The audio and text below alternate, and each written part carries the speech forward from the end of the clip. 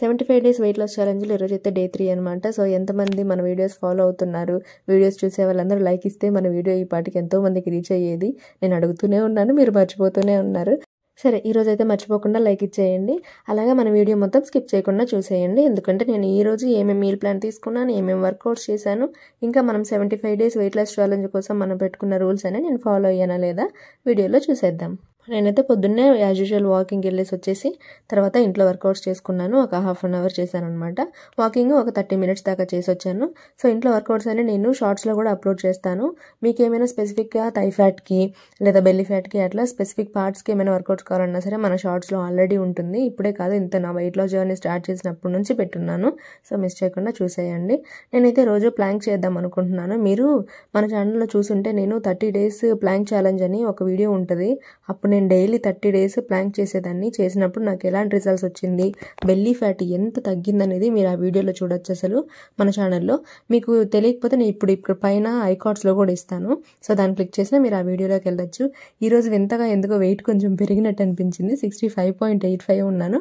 పర్లేదు, అంటే నేను యాక్చువల్గా ఎంటీ స్టమక్తో వెయిట్ చెక్ చేయడం మర్చిపోయాను. మేబీ అందుకనేమో. చూద్దాము రేపు ఎలా ఉంటుందనేసి. సో నేను ఈరోజు డీటాక్స్ డ్రింక్ వచ్చేసి కొద్దిగా సోంపు ఇంకా ధనియా తీసుకున్నాను. సో ధనియా సోంపు రెండు కూడా డైజెషన్కి చాలా అంటే చాలా మంచిగా హెల్ప్ చేస్తాయి. కాబట్టి మన బాడీలో ఉన్న ఎటువంటి అంటే టాక్సిక్ పార్టికల్స్ ఉన్నా సరే ఇది నీట్గా క్లీన్ చేసేస్తుంది అనమాట. మీకు నేను చెప్పడం మర్చిపోయాను, కానీ నేను 75 డేస్ వెయిట్ లాస్ ఛాలెంజ్లో బుక్ రీడింగ్ కూడా ఒక రూల్ లాగా పెట్టుకుందాం అనుకున్నాను, ఒక ఛాలెంజ్ లాగా తీసుకుందాం అనుకున్నాను. కాకపోతే ఎందుకు తీసుకోలేదు అంటే, ఏదైనా మనం ఒక రూల్ తీసుకుంటే ప్రాక్టికల్గా అది మనం రోజు ఫాలో అవ్వగలిగితేనే తీసుకోవాలి. నిజానికి చెప్పాలంటే నేను ప్రతిరోజు బుక్ రీడింగ్ చేయగలనా అని నాకు ఆలోచిస్తే అంటే నాకున్న బిజీ డేలో నేను చేయలేనేమో అనిపించింది. అందుకని సరే వద్దులే, ఊరికే కమిట్మెంట్ ఇచ్చి మళ్ళీ మనం డిమోటివేట్ అవ్వకూడదు కదా చేయలేకపోతే అని తీసుకోలేదు. కానీ ఎప్పుడైనా నాకు కొంత టైం దొరికినప్పుడు, ఫ్రీగా అనిపించినప్పుడు కాస్త అట్లా కూర్చొని అట్లా డీటాక్స్ డ్రింక్ తాగేటప్పుడు కొంచెం ఫ్రీగానే ఉంటాయి కదా, ఆ టైంలో ట్రై చేద్దాం అనుకున్నాను. సో అదనమాట. సో ఈరోజు మెడిటేషన్ కూడా నా దగ్గర ఈ రుద్రాక్ష మాల ఉంది కదా, దాంతో చేసేసాను.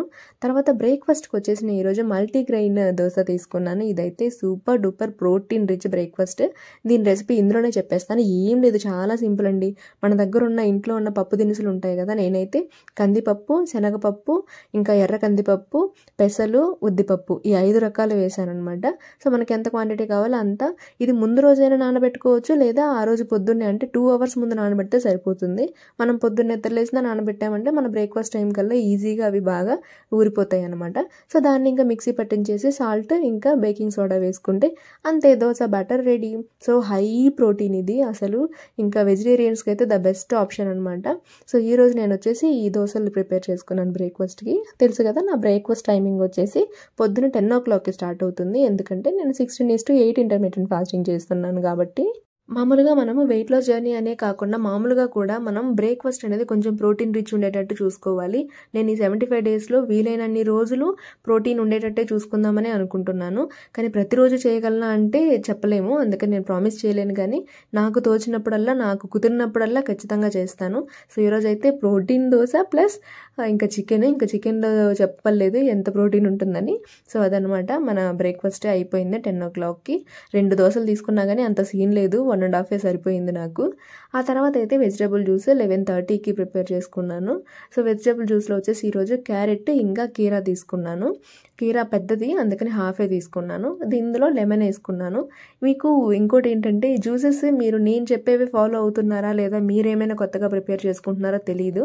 కానీ నేను ప్రిపేర్ చేసుకున్న టేస్ట్ ఎలా ఉందో కూడా చెప్తాను. ఇదైతే మనం లెమన్ పిండుకున్నాం కాబట్టి కొంచెం పుల్లగా ఉంది, ప్లస్ కొంచెం చప్పగా, అంటే మరీ ఏ టేస్ట్ లేకుండా లేదు, కానీ అంత టేస్ట్ఫుల్గా అయితే లేదు. మనం ఫ్రూట్ జ్యూసెస్కి వెజిటబుల్ జ్యూసెస్కి చాలా డిఫరెన్స్ ఉంటుంది. మనం ఫ్రూట్ జ్యూసెస్ లాగా స్వీట్గా ఎక్స్పెక్ట్ చేయలేము. నేను ఈరోజు ఇందులో డేట్స్ వేసుకోలేదు. నేను క్యారెట్, కుకుంబర్ ఇంకా హాఫ్ లెమన్ స్క్వీజ్ చేసుకున్నాను అంతే. తర్వాత వచ్చి లంచ్ టైం అనమాట. ఇది వచ్చి 1 o'clockకి.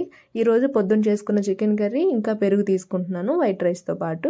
ఆ పెరుగు నాకు కొంచెం మిగిలింది, ఇంకా దాన్ని సాయంత్రం అంటే ఈవినింగ్ స్నాక్ టైంకి మజ్జిగలాగా చేసేసుకున్నాను అనమాట. ఇంకా వేరే ఏం స్నాక్స్ తీసుకోలేదు.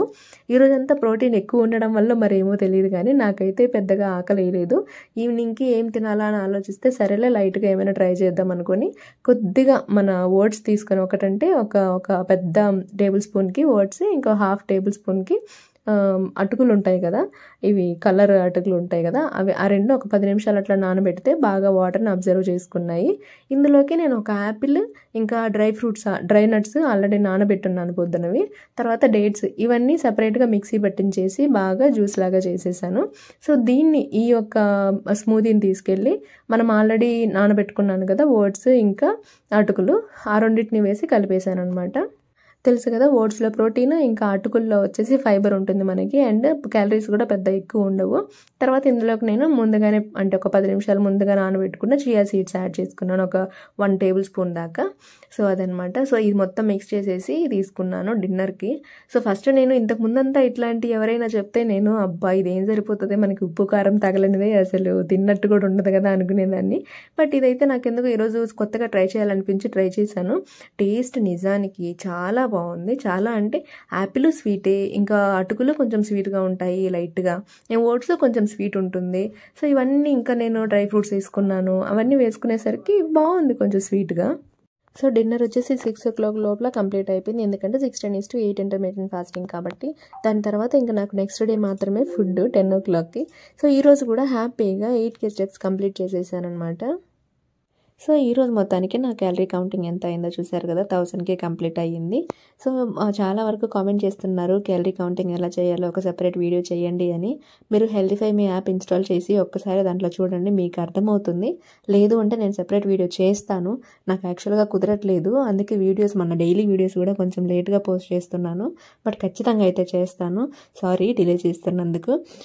ఈరోజు వీడియో మీకు నచ్చుంటే లైక్ ఇవ్వడం అస్సలు మర్చిపోకండి. అలాగే మీకు తెలిసిన వాళ్ళకి ఎవరికైనా ఇది యూజ్ అవుతుంది అనిపిస్తే షేర్ చేయండి, వాళ్ళు కూడా మోటివేటెడ్గా వెయిట్ లాస్ జర్నీ స్టార్ట్ చేస్తారు. Day 4లో కలుద్దాం. Bye bye.